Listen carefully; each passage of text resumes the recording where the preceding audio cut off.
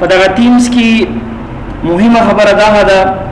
چې کله تاسو وینډوز انسټال کړئ اول ځل د لپاره دغه د دیس پی سی آیکن چې دی په ډیسکټاپ کې تاسو سره نه دا د کنټرول پینل آیکن په ډیسکټاپ موږ سره نه دا د نیټورک آیکن په ډیسکټاپ نه موږ سره او دا هغه آیکنونه دي چې موږ ته ډیر پکاريږي هم کنټرول پینل هم دیس پی سی او هم هغه نیټورک دا وسنګ راولو بیا چې کله دا آیکن موږ سره ډیسکټاپ باندې نه وي نو تاسو به رائټ کلیک وکړئ او پرسنلایز ته ورشي او د پرسنلایز نه وروسته به بیا تاسو ټیمز ته راشئ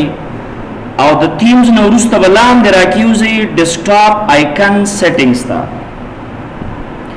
ګوره دلته دا چې کومه لري شوی دي زوم چې کمپیوټر آیکن یوزر فایل نیټورک کنټرول پینل او ریسایکل بن دا ټول آیکنونه د مونږ ته په ډیسکټاپ باندې وښودل شي ان دا چې کومه به آن کی اوکې که تاسو وګورئ نو هغه آیکن موږ سره په ډیسکټاپ باندې دلته بیرته راغلی